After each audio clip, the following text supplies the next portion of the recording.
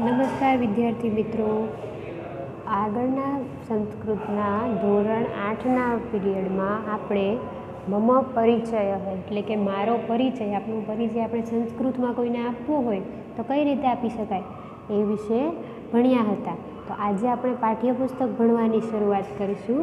તો આપણા પાઠ્યપુસ્તકની અંદર પહેલા ચેપ્ટરની શરૂઆતમાં, પહેલા ચેપ્ટરની આગળ વંદના આપવામાં આવી છે. વંદના એટલે પ્રણામ, નમસ્કાર. આની અંદર દેવી સરસ્વતીની વંદના આપવામાં આવી છે. તો ચાલો આપણે એને સમજીએ. સૌથી પહેલાં તો એમાં છે, જય જય હે ભગવતી સુરભાતી તવ ચરણો પ્રણમામ. જય જય હે એટલે કે જય જય હો, ભગવતી એટલે કે ભગવતી, સુરભાતી એટલે કે માતા સરસ્વતી, તવ ચરણો એટલે કે તારા ચરણોને પ્રણમામ એટલે કે પ્રણામ કરીએ છીએ.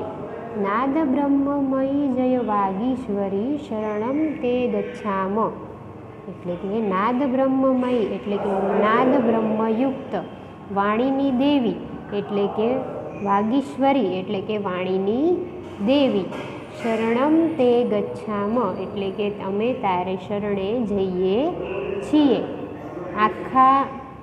આખી પંક્તિનું એકવાર ફરીથી ભાષાંતર જોઈ લઈએ. તો હે ભગવતી સરસ્વતી, તમારી જય હો, જય હો, અમે તારા ચરણોને પ્રણામ કરીએ છીએ. હે નાદ બ્રહ્મયુક્ત વાણીની દેવી, તમારી જય હો, અમે તારે શરણે જઈએ છીએ. તો આ આપણે પહેલી પંક્તિ સમજ્યા. હવે આપણે બીજી પંક્તિ જોઈએ. ત્વમસી શરણ્યા ત્રિભુવન ધન્યા સુરમુનિ વંદિત ચરણા નવરસ મધુરા કવિતા મુખરા સ્મિત રુચિ રુચિરા ભરણા. આ બીજા પંક્તિની પહેલી લીટીને સમજીએ. ત્વમસી શરણ્યા ત્રિભુવન ધન્યા. ત્વમસી એટલે કે તમારા અથવા તો તમારા, શરણ્યા એટલે કે ચરણોને, ત્રિભુવન ધન્યા એટલે કે ત્રણેય ભુવનોમાં ધન્ય, સુરમુનિ વંદિત ચરણા એટલે કે સુરમુનિ એટલે કે દેવો અને ઋષિમુનિઓ, વંદિત ચરણા એટલે કે જેના ચરણોમાં વંદન કરે છે તેવી, નવરસ મધુરા કવિતા મુખરા. નવરસ એટલે કે નવરસોને કારણે, આ નવરસ એટલે કે સાહિત્યના જે નવરસ આપણને આપવામાં આવ્યા છે એ રસની વાત કરવામાં આવી છે. હાસ્ય રસ, કરુણ રસ, એ બધા જે રસ છે આપણા સાહિત્યના નવરસ, એની વાત કરવામાં આવી છે કે નવરસોને કારણે મધુર અને કવિતા મુખરા એટલે કે બહુ શબ્દોથી યુક્ત કવિતા જેવી, સ્મિત રુચિ રુચિરા ભરણા એટલે કે સ્મિતની કાંતિના લીધે તેજસ્વી લાગતા આભૂષણો વાળી છે. હવે આખા શ્લોકનું ફરીથી એકવાર ભાષાંતર જોઈ લઈએ. તો તું બધાને શરણ આપનારી, ત્રણેય ભુવનોમાં ધન્ય, દેવો અને ઋષિમુનિઓ જેના ચરણોમાં વંદન કરે છે એવી, નવરસોને કારણે મધુર બહુ શબ્દોથી યુક્ત કવિતા જેવી અને સ્મિતની કાંતિના લીધે તેજસ્વી લાગતા આભૂષણોવાળી છે. હવે આપણે ત્રીજી પંક્તિ જોઈએ. તો આસીના ભવ માનસ હંસે કુંદ તુહિન શશિધવલે હરજડતામ કુરુ બોધિ વિકાસમ સતપંકજ તનુ વિમલે. આ પંક્તિનો આપણે ભાષાંતર સમજીએ. તો આસીના ભવ માનસ હંસે એટલે કે મનરૂપી આસન ઉપર બિરાજમાન થાઓ. આસીના એટલે બિરાજમાન થાઓ, આસન ગ્રહણ કરો. ભવ એટલે થાઓ અને માનસ હંસે એટલે કે મનરૂપી હંસ પર. કુંદ તુહિન શશી ધવલે એટલે કે કુંદ પુષ્પ, તુહિન એટલે હિમ એટલે કે બરફ, શશી ધવલે એટલે કે ચંદ્રમા જેવી, શ્વેત એટલે કે સફેદ, હર જડતામ કુરુ બોધિ વિકાસમ એટલે કે મારી જડતાને તમે હરી લો અને કુરુ બોધિ વિકાસમ એટલે કે મારી બુદ્ધિનો વિકાસ કરો. સિત પંકજ તનુ વિમલે એટલે કે સિત એટલે કે સફેદ, શ્વેત, પંકજ એટલે કમળ, તનુ વિમલે એટલે કે એવા નિર્મળ. આખી પંક્તિનું ફરીથી ભાષાંતર જોઈએ તો કંદ પુષ્પ હિમ અને ચંદ્રમા જેવી શ્વેત વર્ણ હે દેવી, તમે મારા મનરૂપી હંસ ઉપર બિરાજમાન થાઓ. શ્વેત કમળ જેવા નિર્મળ શરીરવાળી હે દેવી, મારી જડતાને તમે હરી લો અને બુદ્ધિનો વિકાસ કરો. તો આ આપણે ત્રીજી પંક્તિને સમજ્યા. હવે ચોથી પંક્તિ સમજીએ. લલિત કલામયી જ્ઞાન વિભામયી વીણા પુસ્તક ધારિણી મતિરાસ્તામ નો તવ પદ કમલે અયી કુંઠા વિષહારિણી. આ શ્લોકને સમજીએ. લલિત કલામયી જ્ઞાન વિભામયી એટલે કે મનોહર કળાઓવાળી, જ્ઞાન અને કાંતિવાળી, વીણા અને પુસ્તકને ધારણ કરનારી, મતિરસ્તામ નો તવ પદ કમલે એટલે કે મનોવિકૃતિના વિષને હરનારી દેવી, તવ પદ કમલે એટલે કે તારા ચરણમાં, અયી કુંઠા વિષહારિણી એટલે કે અમારી બુદ્ધિ રહો. ફરીથી એકવાર આખા શ્લોકનું ભાષાંતર સમજીએ તો હે મનોહર કલાઓવાળી, જ્ઞાનની કાંતિવાળી, વીણા અને પુસ્તકને ધારણ કરનારી, મનોવિકૃતિઓના વિષને હરનારી દેવી, તારા ચરણ કમળમાં અમારી બુદ્ધિ રહો. તો આ થયું ચોથા શ્લોકનું ભાષાંતર.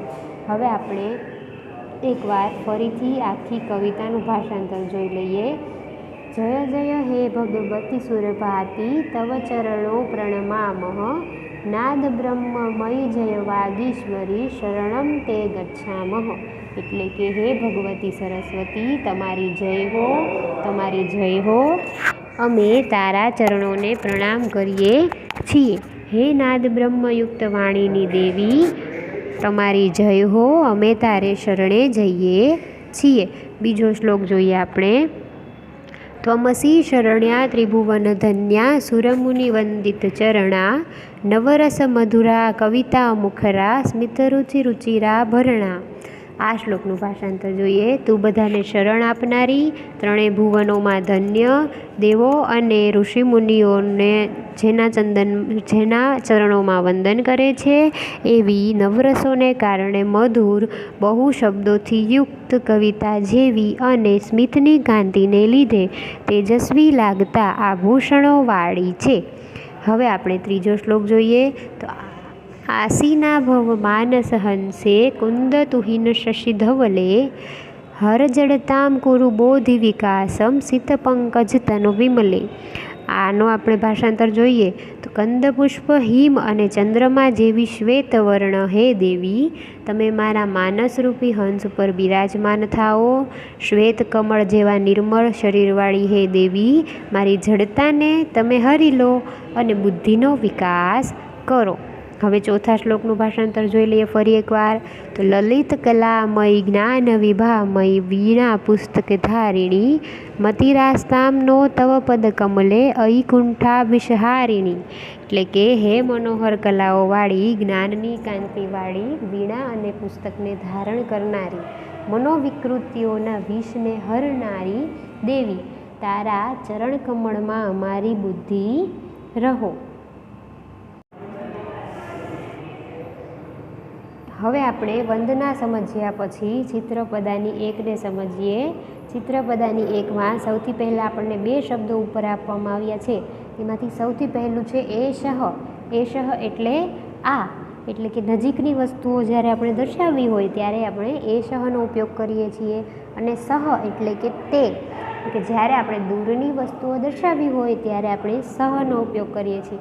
કેવી રીતે એ આપણે જોઈએ હવે અને સમજીએ. સૌથી પહેલું છે એશહ શુકહ. શુકહ એટલે પોપટ. તો આ પોપટ છે. પછી બાજુમાં છે સહ મયુરહ એટલે કે તે મોર છે. તો પોપટ છે એ નજીક છે એટલે એના માટે એશહ લખાયું છે. અને સહ મયુરહ મોર છે એ દૂર છે એના માટે સહ લખાયું છે. આગળનું જોઈએ. એશહ શ્વાનહ. શ્વાન એટલે કૂતરો. આ કૂતરો છે. બાજુમાં છે સહ સિંહ એટલે કે તે સિંહ છે. એ કેવો છે? દૂર છે એટલે એના માટે સહ લખાયું છે. પછી આગળ જોઈએ. એષઃ ગજઃ, એટલે કે આ હાથી છે. હાથી કેવો છે? નજીક છે, એટલે એના માટે એષઃ લખાયું છે. બાજુમાં છે સહ અશ્વઃ. અશ્વ એટલે ઘોડો. ઘોડો કેવો છે? દૂર છે, એટલે એના માટે સહ લખાયું છે. સહ અશ્વઃ એટલે કે તે ઘોડો છે. આગળનું જોઈએ. હવે અહીંયા બદલાયું છે. અહીંયા છે એષા એટલે કે તેણી અને સા એટલે કે તે. એષા બાલિકા. એષા છે સ્ત્રીલિંગ માટે વપરાય છે. એષા બાલિકા એટલે તેણી બાલિકા છે, તેણી છોકરી છે. એ કેવી છે? નજીક છે, એટલે એષા. પછી છે સા એટલે કે તે પ્રતિમા છે. પ્રતિમા છે પણ કેવી છે? દૂર છે, એટલે એના માટે વપરાયું છે સા. પ્રતિમા એટલે મૂર્તિ. પછી છે એષા ઉત્પીઠિકા. તો ઉત્પીઠિકા એટલે શું થાય? ટેબલ. તો તે ટેબલ છે. પછી બાજુમાં એવું છે કે સા સંચિકા. સંચિકા એટલે ફાઇલ. તો ફાઇલ છે પણ ફાઇલ ક્યાં પડી છે? દૂર પડી છે, એટલે એવું લખેલું છે કે સા સંચિકા, તે ફાઇલ છે. આગળનું જોઈએ. એષા ગીતા. આ ગીતા છે. ગીતા કેવી છે? નજીક છે, એટલે લખ્યું છે એષા ગીતા. અને બાજુમાં આપેલું છે સા પૂજા એટલે કે તેની પૂજા છે. પૂજા ક્યાં છે? દૂર છે, એટલે એના માટે લખાયું છે સા. આગળનું જોઈએ હવે. એતત. એતત એટલે પેલું અને તત એટલે તે. એતત એટલે કે આ અથવા તો પેલું. એતત વાતાયનમ એટલે કે આ બારી છે. તત દ્વારમ એટલે કે તે દરવાજો છે. એતત પુસ્તકમ. પુસ્તકમ એટલે પુસ્તક. આ પુસ્તક છે. બાજુમાં આપેલું છે તત ચિત્રમ. ચિત્રમ એટલે ચિત્ર, તે ચિત્ર છે. આગળ જોઈએ. એતત બસયાનમ એટલે કે આ બસ છે. બસ કેવી છે? નજીક છે, એટલે લખ્યું છે એતત. પછી વિમાન કેવું છે? દૂર છે, એટલે લખેલું છે તત. તત વિમાનમ કે તે વિમાન છે. પછી આપેલું છે અહમ એટલે કે હું અને ત્વમ એટલે કે તે અથવા તો તું. અહમ એટલે હું. પેલું ચિત્ર આપેલું છે આપણને, નીચે લખેલું છે કે અહમ શિક્ષક એટલે કે હું શિક્ષક છું. પછી બાજુમાં છે ત્વમ છાત્ર એટલે કે તમે વિદ્યાર્થી છો. અહમ બાલિકા એવું આપેલું છે. અહમ એટલે હું અને બાલિકા એટલે છોકરી. હું છોકરી છું. અને ત્વમ બાલક એટલે કે તું બાળક છે અથવા તો છોકરો છે. આગળનું જોઈએ. અહમ યુવક એટલે કે હું યુવક એટલે યુવાન. હું યુવાન છું.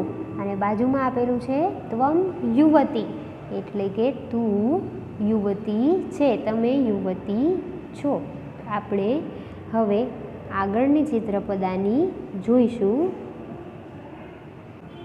ચિત્રપદાની 2. તો આમાં આપેલું છે એતે એટલે કે પેલા અને તે એટલે કે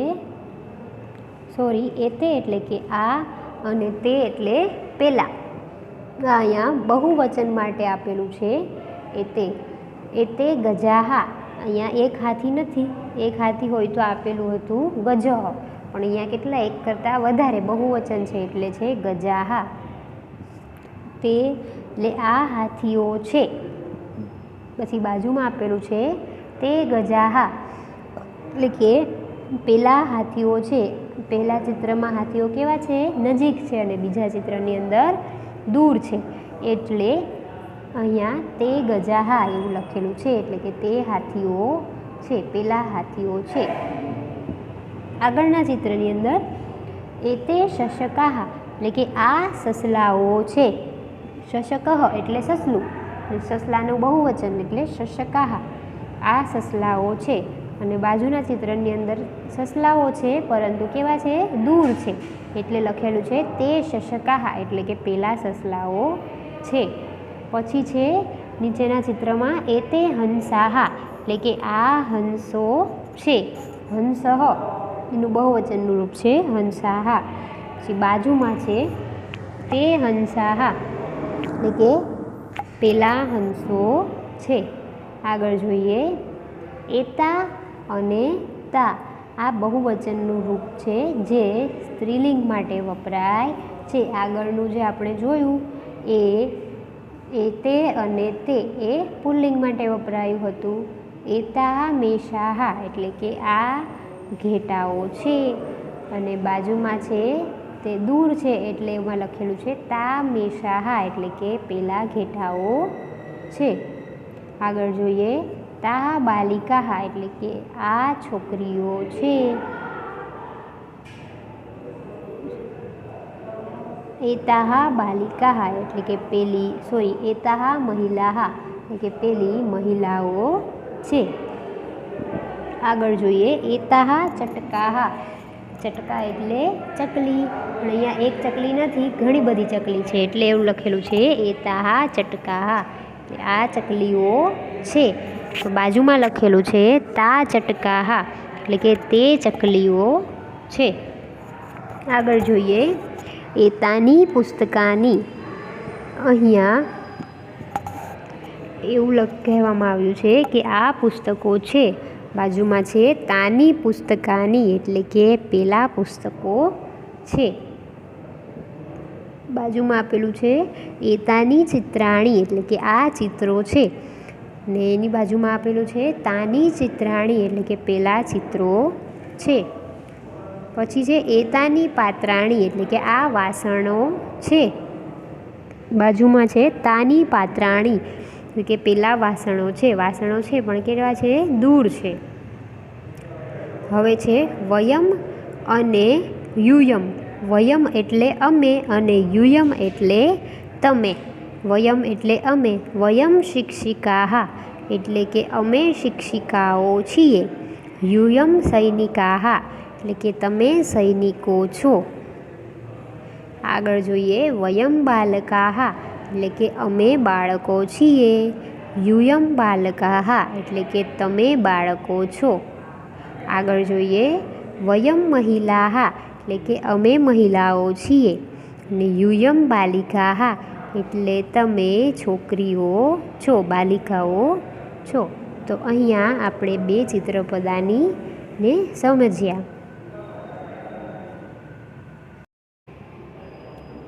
આપણે વંદના અને ચિત્રપદાની 1 અને 2 જોયું.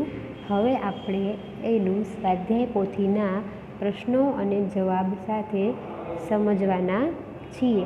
સૌથી પહેલાં આપણે થોડું રિવિઝન કરી લઈએ. વંદનાના જે શ્લોકો છે એનું એકવાર ગુજરાતી ભાષાંતર જોઈ લઈએ. તો હે ભગવતી સરસ્વતી, આ પહેલી પંક્તિનું ભાષાંતર છે. હે ભગવતી સરસ્વતી, તમારી જય હો, જય હો. અમે તમારા ચરણોને પ્રણામ કરીએ છીએ. હે નાદ બ્રહ્મયુક્ત વાણીની દેવી, તમારી જય હો. અમે તમારે શરણે જઈએ છીએ. બીજું છે, આ બીજી પંક્તિનું ભાષાંતર છે. તું બધાને શરણ આપનારી, ત્રણેય ભુવનોમાં ધન્ય, દેવો અને ઋષિમુનિઓ જેના ચરણોમાં વંદન કરે છે, એવી નવરસોને કારણે મધુર બહુ શબ્દોથી યુક્ત કવિતા જેવી અને સ્મિતની કાંતિને લીધે તેજસ્વી લાગતા આભૂષણોવાળી છે. ત્રીજો પંક્તિનું ભાષાંતર જોઈએ તો મોગરાના ફૂલ, હિમ અને ચંદ્રમા જેવી શ્વેત વર્ણ, હે દેવી, તમે મારા મન રૂપી હંસ પર બિરાજમાન થાઓ. શ્વેત કમળ જેવા નિર્મળ શરીરવાળી હે દેવી, મારી જડતાને તમે હરી લો અને બુદ્ધિનો વિકાસ કરો. ચોથી પંક્તિનું ભાષાંતર જોઈ લઈએ તો હે મનોહર કલાઓવાળી, જ્ઞાનની કાંતિવાળી, વીણા અને પુસ્તકને ધારણ કરનારી, મનોવિકૃતિઓના વિષને હરનારી દેવી, તારા ચરણ કમળમાં અમારી બુદ્ધિ રહો. તો આ આપણે ભાષાંતર જોયું. હવે આપણે સ્વાધ્યાય પોથીના પ્રશ્નો અને જવાબ સમજીએ. સૌથી પહેલો પ્રશ્ન છે, ગુજરાતીમાં અર્થ આપો. નીચે આપણને 3 શબ્દો આપેલા છે, એના આપણે ગુજરાતીના અર્થ આપવાના છે. તો એમાં સૌથી પહેલું છે ગચ્છામી એટલે કે જઉં છું. બીજું છે ચરણો, એનો અર્થ થાય 2 પગ. ત્રીજું છે વાગીશ્વરી એટલે કે વાણીની દેવી. હવે બીજો સવાલ જોઈએ, ધવલઃ શબ્દસ્ય ક અર્થઃ? એવો પ્રશ્ન પૂછેલો છે સંસ્કૃતમાં કે ધવલ શબ્દનો અર્થ શું થાય? તો ધવલ એટલે કોઈ છોકરાનું નામ નહીં, પણ અહીંયા ધવલ એટલે થાય સફેદ. તો એનો જવાબ આવશે વિકલ્પ બી. પછી ત્રીજું છે સરસ્વતી ઇતિ શબ્દસ્ય ક અર્થ? તો સરસ્વતી એટલે શબ્દનો અર્થ શું થાય? કયા દેવી થાય? માં સરસ્વતી દેવી. તો વિકલ્પમાં સરસ્વતી દેવીના સમાનાર્થી શબ્દો નામો કયા છે? શારદા અને વાગીશ્વરી. તો એનો જવાબ આવશે વિકલ્પ બી. પછી ત્રીજું છે સુરભાતી. હે સુરભાતી તવ ખાલી જગ્યા પ્રણમામ. તો આ ખાલી જગ્યાની અંદર જવાબ આવશે વિકલ્પ ડી, તવ ચરણો પ્રણમામ. આ પ્રકારની જે ખાલી જગ્યાઓ પૂછાય છે એમાં જે પાઠ્યપુસ્તકની અંદર જે શ્લોકો આપેલા હોય છે તેની એક એક લાઈન અહીંયા પૂછવામાં આવેલી હોય છે અને વચ્ચે એકાદા શબ્દોની અંદર ખાલી જગ્યા મૂકવામાં આવી હોય છે. તો આ ખાલી જગ્યા તમે ત્યારે જ પૂરી શકો જ્યારે તમે શ્લોકોને મુખપાઠ કર્યા હોય, સારી રીતે યાદ કર્યા હોય, તો જ તમને આનો જવાબ આવડી શકે. તો તમારે શ્લોકો છે એને મુખપાઠ કરવાના ફરજિયાત છે. હવે છે સંસ્કૃતમાં અર્થ આપો. એમાં પહેલું છે માં શારદા. એનું સંસ્કૃતમાં અર્થ થાય સુરભાતી, સુરભારતી એટલે કે માં શારદા. બીજું છે પ્રણામ કરીએ છીએ. તો એનો સંસ્કૃત અર્થ થાય પ્રણમામઃ. હવે છે છઠ્ઠો પ્રશ્ન વયમ કસ્યા ચરણો પ્રણમામઃ? તો આ પ્રશ્નનો જવાબ છે વયમ સરસ્વત્યાઃ ચરણો પ્રણમામઃ. અમે કયા દેવીને પ્રણામ કરીએ છીએ? તો અમે સરસ્વતી દેવીને પ્રણામ કરીએ છીએ. પછી સાતમું છે કા નાદ બ્રહ્મમયી વાગીશ્વરી. તો એનો જવાબ આવશે દેવી સરસ્વતી નાદ બ્રહ્મમયી વાગીશ્વરી અસ્તિ. એટલે કે કોણ નાદ બ્રહ્મમયી અને વાગીશ્વરી છે? તો દેવી સરસ્વતી નાદ બ્રહ્મમયી અને વાગીશ્વરી છે. આઠમું છે વાગીશ્વરી કા અસ્તિ. તો એનો જવાબ આવશે વાગીશ્વરી દેવી શારદા અસ્તિ. વાગીશ્વરી કોણ છે? તો વાગીશ્વરી દેવી શારદા છે. પછી નવમું જોઈએ, એ ગુજરાતીના સવાલ જવાબ છે કે આપણે કોના શરણાર્થી છીએ? તો જવાબ આવશે આપણે માં સરસ્વતીના શરણાર્થી છીએ. દસમો છે આપણે કોનો જય જયકાર કરીએ છીએ? તો એનો જવાબ આવશે આપણે દેવી શારદાનો જય જયકાર કરીએ છીએ. 11મો પ્રશ્ન છે કવિ કઈ માતાને પ્રણામ કરે છે? તો એનો જવાબ આવશે કવિ માં શારદાને પ્રણામ કરે છે. 12મું જોઈએ ત્વમસી ખાલી જગ્યા ત્રિભુવન ધન્યા. તો આની અંદર શું જવાબ આવશે? ત્વમસી શરણ્યા ત્રિભુવન ધન્યા. એટલે જવાબ આવશે વિકલ્પ ડી શરણ્યા. 13મો પ્રશ્ન માતા શારદાના ચરણોમાં કોણ વંદન કરે છે? તો એનો જવાબ આવશે માતા શારદાના ચરણોમાં કવિ વંદન કરે છે. 14મો પ્રશ્ન જોઈએ તો ગુજરાતીમાં અર્થ આપો એવું કહીને આપણને 3 શબ્દો આપેલા છે. એમાંથી સૌથી પહેલો શબ્દ છે માનસ હંસે. એટલે કે એનો જવાબ થાય મનરૂપી હંસ પર. બીજું છે તુહી ન. તો તુહી નનો અર્થ થાય હિમ, બરફ. ત્રીજું છે પંકજ. પંકજ એટલે શું થાય? કમળ. 15મું જોઈએ સંસ્કૃતમાં અર્થ આપો. હવે આ શબ્દોના સંસ્કૃતમાં અર્થ આપવાના છે. એમાં સૌથી પહેલો શબ્દ છે મોગરાનું ફૂલ. તો એને શું કહેવાય સંસ્કૃતમાં? કુંદ. અને બીજું છે મૂર્ખતા. તો મૂર્ખતા એને શું કહેવાય સંસ્કૃતમાં? જડતા. હવે આપણે 16મું પ્રશ્ન જોઈએ શારદા દેવી કસ્ય વિકાસમ કરોતિ. શારદા દેવી કોનો વિકાસ કરે છે? તો શારદા દેવી બુદ્ધેઃ વિકાસમ કરોતિ. શારદા દેવી બુદ્ધિનો વિકાસ કરે છે. 17મું છે સરસ્વતી દેવી અસ્માકમ કા હરતિ. સરસ્વતી દેવી આપણું શું હરે છે? તો સરસ્વતી દેવી અસ્માકમ જડતામ હરતિ. એટલે કે સરસ્વતી દેવી અમારી મૂર્ખતાને હરે છે. 18મું દેવો અને મુનિઓ કોના શરણને વંદન કરે છે? તો એનો જવાબ આવશે દેવો અને મુનિઓ ત્રણેય ભુવનોમાં ધન્ય એવી સરસ્વતી દેવીના ચરણને વંદન કરે છે. પ્રશ્નો પરીક્ષા માટે તમારે ખાસ લખીને યાદ રાખવાના છે. 19મું છે, કવિ દેવીને ક્યાં બેસવાનું કહે છે? તો એનો જવાબ આવશે કવિ દેવીને માનસરૂપી હંસ પર બિરાજવાનું કહે છે. પછી 20મો સવાલ છે, આસીના ભવ ઇત્યસ્ય કઃ અર્થઃ? આસીના ભવ એનો અર્થ શું થાય? તો આસીના ભવ એટલે કે આસન ગ્રહણ કરો અથવા તો બિરાજમાન થાઓ. વિકલ્પ બી. 21મો પ્રશ્ન છે, માં શારદા કોના જેવા સફેદ છે? તો એની અંદર જવાબ આવશે માં શારદા મોગરાના ફૂલ, હિમ એટલે કે બરફ અને ચંદ્રમા જેવા સફેદ છે. 22મો પ્રશ્ન જોઈએ, નિર્મળ દેહધારી કોણ છે? તો એનો જવાબ આવશે શારદા દેવી નિર્મળ દેહધારી છે. 23મો પ્રશ્ન જોઈએ, શ્લોકના આધારે ખાલી જગ્યા પૂરો.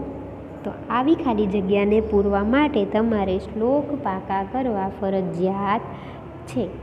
પહેલી ખાલી જગ્યા છે અઈ ખાલી જગ્યા હારિણી. તો એની અંદર જવાબ આવશે અઈ કુંઠાવિષહારિણી. બીજું છે લલિત કલામયી જ્ઞાન વિભામયી વીણા પુસ્તકધારિણી. અહીંયા લલિત પછી ખાલી જગ્યા આપેલી છે અને છેલ્લો શબ્દ આપેલો છે ધારિણી.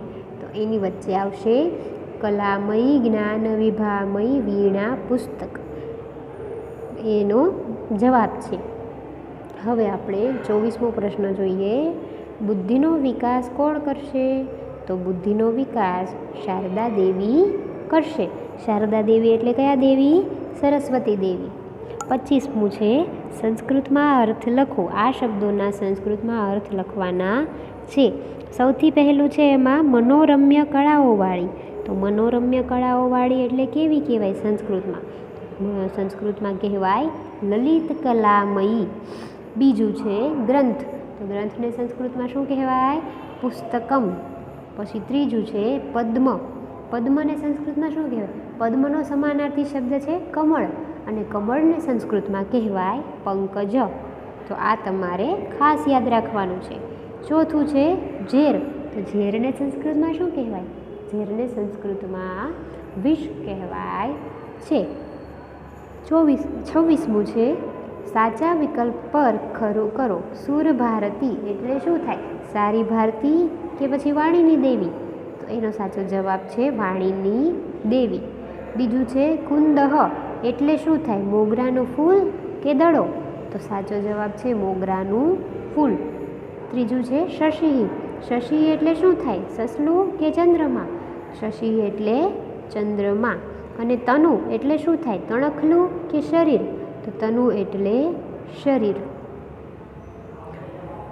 હવે આ શ્લોકોની પૂર્તિ અને ભાષાંતર એ તમારે પાઠ્યપુસ્તકમાં અને ભાષાંતર એ લખાવ્યા પ્રમાણે લખવાનું છે, જે આમાં આગળ આપણને આપવામાં આવેલું જ છે. હવે જોઈએ ચિત્રપદાની 1. સૌથી પહેલાં આપણે ભાષાંતર જોઈ લઈએ, જે એકવાર જોઈ જ લીધું છે. ફરીથી એકવાર ઝડપથી રિપીટ કરી લઈએ. એ શહ શું કહો એટલે કે આ પોપટ છે. સહ મયુરઃ એટલે કે પેલો મોર છે. મેં તમને કહ્યું હતું ને નજીકની વસ્તુ માટે એ શહ અને દૂરની વસ્તુ માટે સહ. એ શહ શ્વાનઃ આ કૂતરો છે. સહ સિંહ એટલે પેલો સિંહ છે. આ બધું ભાષાંતર આપણે પાઠ્યપુસ્તકની સમજૂતીમાં જોયું હતું. હવે આપણે પ્રશ્નોના ઉત્તર જોઈ લઈએ. એ શહ ખાલી જગ્યા. તો એની અંદર જવાબ આવશે એ શહ મયુરઃ. બીજું છે એશા ખાલી જગ્યા. તો એની અંદર શું આવશે? શુકઃ, ઉત્પીઠિકા કે સિંહ? તો એની અંદર આવશે એશા ઉત્પીઠિકા. શું કામ ઉત્પીઠિકા આવ્યું? એશા એ સ્ત્રીલિંગ શબ્દ છે અને ઉત્પીઠિકા એ પણ સ્ત્રીલિંગ શબ્દ છે, એટલે એમાં ઉત્પીઠિકા આવ્યું. હવે ત્રીજું છે સહ, ખાલી જગ્યા. તો આની અંદર આવશે વિકલ્પ સી, સહ શુક. ચોથું જોઈએ ગજઃ ઇતિ શબ્દસ્ય કઃ અર્થ. ગજ આ શબ્દનો અર્થ શું થાય? ગજ એટલે હાથી, તો જવાબ આવશે વિકલ્પ સી. પાંચમું ઉત્પીઠિકા શબ્દનો શું અર્થ થાય? ઉત્પીઠિકા એટલે ટેબલ, તો એનો જવાબ છે વિકલ્પ ડી. છઠ્ઠું જોઈએ સંચિકા ઇતિ શબ્દસ્ય કઃ અર્થ. તો સંચિકા એટલે શું થાય? ફાઇલ થાય, તો એનો જવાબ આવશે વિકલ્પ સી. પછી સાતમું છે અહમ ઇતિ શબ્દસ્ય કઃ અર્થ. અહમ આ શબ્દનો અર્થ શું થાય? તો અહમ એટલે હું, જવાબ આવશે વિકલ્પ ડી હું. આઠમું છે શ્વાન ઇતિ શબ્દસ્ય કઃ અર્થ. તો શ્વાન આ શબ્દનો કયો અર્થ થાય? તો શ્વાન એટલે કૂતરો થાય, તો એનો જવાબ આવશે વિકલ્પ બી કૂતરો. નવમું જોઈએ સા, ખાલી જગ્યા. તો એની અંદર આવશે સા પૂજા. સા એ સ્ત્રીલિંગ શબ્દ છે અને વિકલ્પમાંથી સ્ત્રીલિંગ શબ્દ કયો છે? પૂજા છે, કારણ કે એ આકારાંત છે. શુકઃ એ પુલ્લિંગ શબ્દ છે, મયુરઃ એ પણ પુલ્લિંગ શબ્દ છે અને ચિત્રમ એ નપુંસકલિંગ શબ્દ છે, તો એની અંદર સાચો જવાબ આવશે વિકલ્પ એ પૂજા. 10મું જોઈએ એ તત ખાલી જગ્યા. તો એની અંદર આવશે જવાબ એ તત બસયાનમ. પછી 11મું જોઈએ ખાલી જગ્યા પ્રતિમા. તો એની અંદર આવશે સા પ્રતિમા. 12મું જોઈએ ખાલી જગ્યા ગજઃ. તો એની અંદર જવાબ આવશે એષઃ ગજઃ. 13મું જોઈએ એશા ખાલી જગ્યા. તો એની અંદર શું આવશે? એશા છે એટલે જે સ્ત્રીલિંગ શબ્દ હશે એનો જવાબ હશે, તો એની અંદર આવશે એશા ઉત્પીઠિકા. પછી 14મું છે એ તત ખાલી જગ્યા. તો આની અંદર જે નપુંસકલિંગ શબ્દ હશે એનો જવાબ આવશે. તો નપુંસકલિંગ શબ્દ કયો હોય? તો જેના અંતે મ ખોડો હોય એટલે કે હલંત હોય એ મોટાભાગે નપુંસકલિંગ શબ્દ હોય છે, તો એમાં જવાબ આવશે વિકલ્પ સી પુસ્તકમ. 15મું છે તત ખાલી જગ્યા. તો એની અંદર આવશે તત વિમાનમ. 16મું છે એષઃ ખાલી જગ્યા. તો જ્યારે એષઃ આવે ત્યારે એની સામે પુલ્લિંગ શબ્દ જ આવે, એટલે આમાં પુલ્લિંગ શબ્દ કયો છે? જેની પાછળ બે ટપકા એટલે કે વિસર્ગ હોય. આમાં તમને બે શબ્દોની પાછળ વિસર્ગ જોવા મળ્યા હશે, એક મયુરઃ અને બીજું હંસાહા. પણ હંસાહા એ કેવું નામ છે? સ્ત્રીલિંગ નામ છે, એટલે એ આવશે નહીં. એનો જવાબ આવશે વિકલ્પ બી, એટલે 16માનો જવાબ છે વિકલ્પ બી મયુરઃ. 17મું છે સહ ખાલી જગ્યા. તો એની અંદર પણ પુલ્લિંગ શબ્દ આવશે, એમાં આવશે સહ અશ્વઃ, વિકલ્પ બી. 18મું સહ ખાલી જગ્યા. તો એની અંદર પણ પુલ્લિંગ શબ્દ આવશે, તો એની અંદર જવાબ આવશે વિકલ્પ સી સહ સિંહ. પછી 19મું ખાલી જગ્યા બાલિકા. તો એની અંદર આવશે સા બાલિકા. એશ એટલે તો પુલ્લિંગ માટે ઉપયોગ થાય, સા એટલે સ્ત્રીલિંગ માટે, એટલે એની અંદર આવશે સા બાલિકા. 20મું છે ખાલી જગ્યા શ્વાનઃ. તો એની અંદર જવાબ આવશે એષઃ શ્વાનઃ. 21મું જોઈએ ખાલી જગ્યા પૂજા. પૂજા. તો એની અંદર જવાબ આવશે સા પૂજા. 22મું જોઈએ ખાલી જગ્યા દ્વારમ. તો એની અંદર આવશે એતત દ્વારમ, વિકલ્પ ડી. 23મું જોઈએ નીચેનામાંથી સાચું વાક્ય કયું છે? કયું વાક્ય સાચું છે? તો એષઃ પૂજા, સા દ્વારમ, તત ગીતા કે એષઃ અશ્વઃ. એની અંદર સાચું વાક્ય છે એષઃ અશ્વઃ, કારણ કે પહેલું વાક્ય છે એમાં એષઃ પછી પૂજા આવે નહીં, સ્ત્રી પુલ્લિંગ નામ આવે, અને બીજામાં દ્વારમ એટલે કે એમાં નપુંસકલિંગ નામ ન આવે પરંતુ સ્ત્રીલિંગ નામ આવે, અને તત ગીતા એટલે આની અંદર નપુંસકલિંગ નામ હોય તો સાચું પડે, પરંતુ આ નામ ગીતા એ કેવું નામ છે? સ્ત્રીલિંગ છે, એટલે એ ખોટું પડે. એટલે સાચો જવાબ છે એષઃ અશ્વઃ. 24મું જોઈએ, સંસ્કૃતમાં અનુવાદ કરો. નાના નાના વાક્યો આપેલા છે, એનું આપણે સંસ્કૃતમાં અનુવાદ કરવાનું છે. આ મોર છે, એનો અનુવાદ થાય એષઃ મયુરઃ. બીજું છે તે ઘોડો છે, તો સઃ અશ્વઃ. ત્રીજું છે પેલી છોકરી છે, તો સા બાલિકા. ચોથું છે આ ફાઇલ છે, તો એષા સંચિકા. પાંચમું છે પેલું ચિત્ર છે, તો એમાં થશે તત ચિત્રમ. છઠ્ઠું છે તે હાથી છે, તો એમાં થશે સહ ગજઃ. સાતમું છે આ વિમાન છે, તો એની અંદર થશે એતત વિમાનમ. હવે આ વાક્યોનું તમારે ગુજરાતીમાં ભાષાંતર કરવાનું છે. હવે આપણે આગળ જોઈએ ચિત્રપદાની 2, જેનું ભાષાંતર આપણે પાઠ્યપુસ્તકની સમજૂતીમાં સમજેલું છે. હવે એના પ્રશ્નો જવાબ જોઈએ.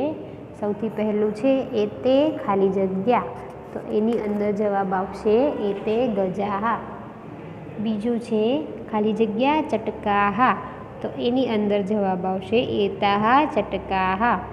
ત્રીજું છે એતાહા ખાલી જગ્યા, તો એની અંદર જવાબ આવશે એતાહા બાલિકાહા. ચોથું છે તા પછી ખાલી જગ્યા છે, તો આની અંદર શું જવાબ આવશે? ચટકાહા, હંસાહા, પુસ્તકાની કે ચિત્રાણી? એની અંદર જવાબ આવશે વિકલ્પ એ ચટકા.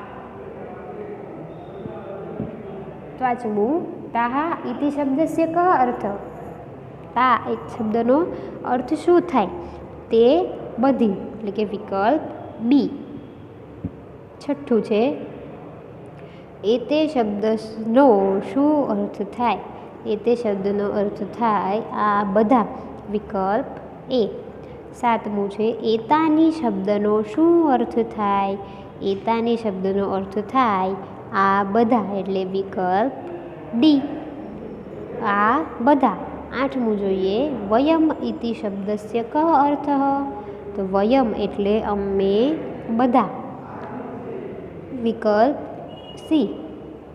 યુયમ ઇતિ શબ્દસ્ય કઃ અર્થ? યુયમ એટલે તમે બધા, વિકલ્પ ડી. નેશાહા શબ્દનો અર્થ જણાવો, તો નેશાહા એટલે કે ઘેટીઓ.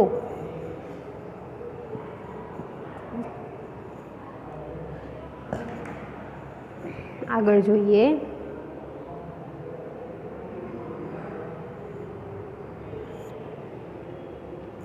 વયમ ખાલી જગ્યા, તો એની અંદર આવશે વયમ શિક્ષકાહા. 12મું છે ચિત્રાણી ખાલી જગ્યા, તો ચિત્રાણીની પાછળ આવશે એતાની.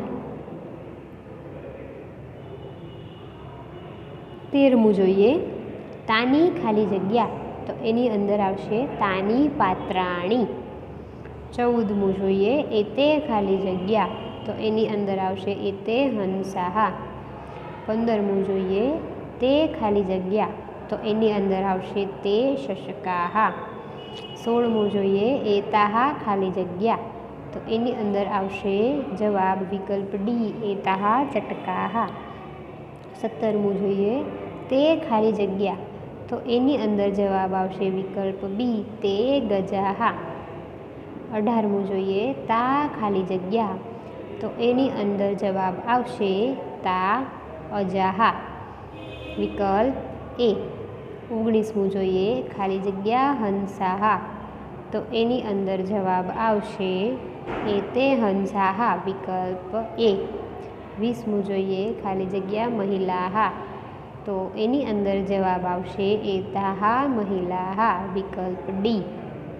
21મું જોઈએ ખાલી જગ્યા પાત્રાણી, તો એની અંદર જવાબ આવશે વિકલ્પ સી તાની પાત્રાણી.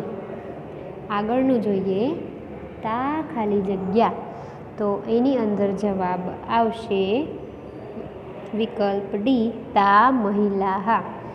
અને 23મું જોઈએ તે ખાલી જગ્યા, તો એની અંદર જવાબ આવશે તે હંસાહા.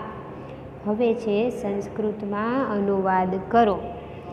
તમે બધા સૈનિકો છો એ વાક્યને આપણે સંસ્કૃતમાં લખવું હોય તો આપણે કઈ રીતે લખી શકાય? તો યુયમ સૈનિકાહ. બીજું છે અમે બધા બાળકો છીએ, તો એને સંસ્કૃતમાં લખવું હોય તો આપણે એ રીતે લખી શકાય કે વયમ બાલકાહ. અમે બધા બાળકો છીએ. વયમ એટલે અમે બધા, યુયમ એટલે તમે બધા.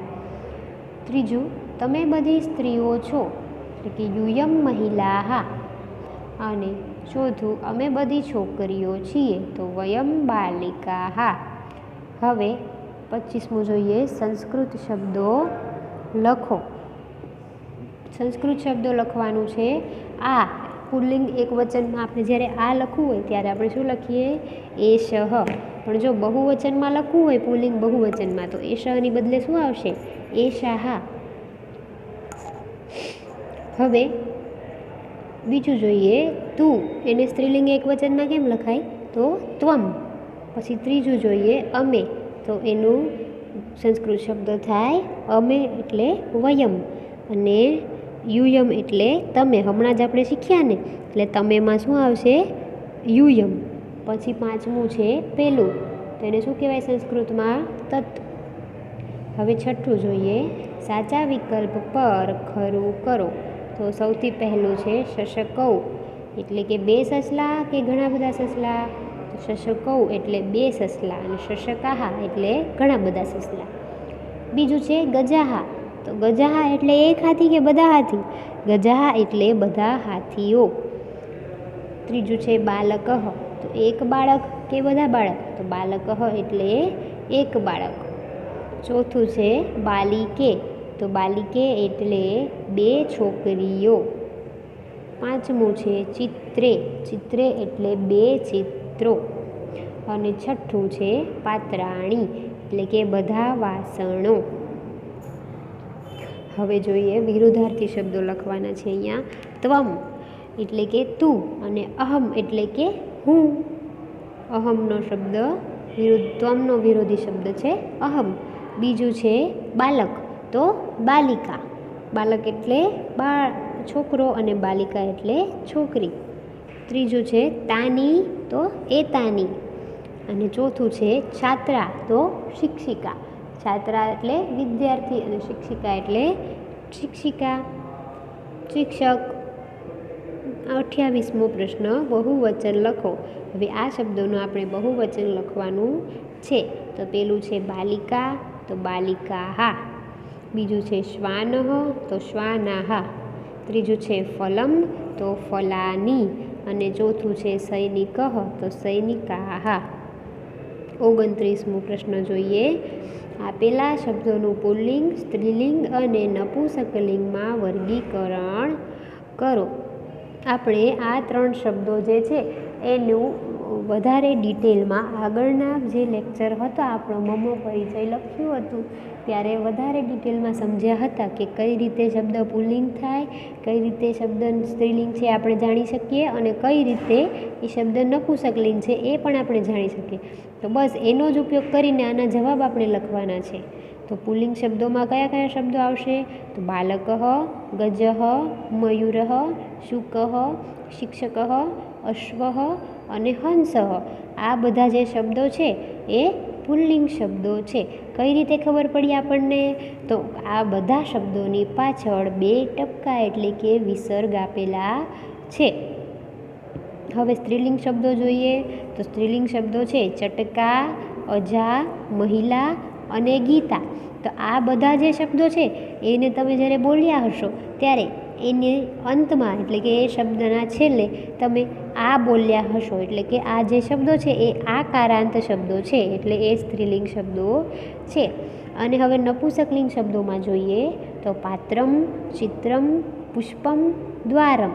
તો આટલા જે શબ્દો છે એ નપુંસકલિંગ શબ્દો છે. કઈ રીતે ખબર પડી? તો દરેક શબ્દના અંતે હલંત મ એટલે કે ખોડો મ આવેલો છે, એટલે એ શબ્દો કેવા છે? નપુંસકલિંગ શબ્દો છે. હવે આગળનો જે પ્રશ્ન છે એને તમારે પાઠ્યપુસ્તકમાંથી જોઈને ભાષાંતર લખવાનું છે. તો મિત્રો હવે આગળના પીરિયડમાં આપણે આગળનો પાઠ ભણીશું.